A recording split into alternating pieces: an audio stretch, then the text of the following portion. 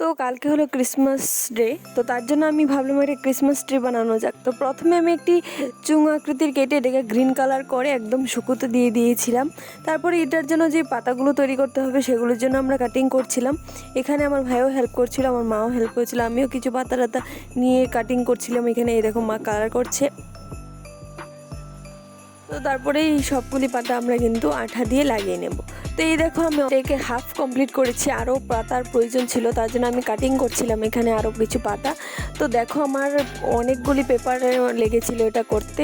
তো তোমরাও কিন্তু এটা বানাতে পারো, এটা খুবই ইজি। তো আমি কিছুটা বলস লাগিয়ে দিয়েছিলাম এটার উপরে, দেখো বলসগুলো লাগানোর পরে কত সুন্দর লাগছে গাছটা।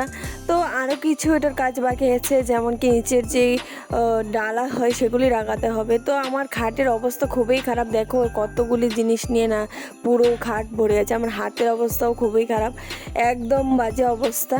তো ফাইনালি এত পরিশ্রমের পর আমি এটাকে রেডি করে ফেললাম। তো এটা দেখতে কেমন হয়েছে অবশ্যই কমেন্ট করবেন, আর ভিডিওটা ভালো লাগলে লাইক করে দেবেন। টাটা।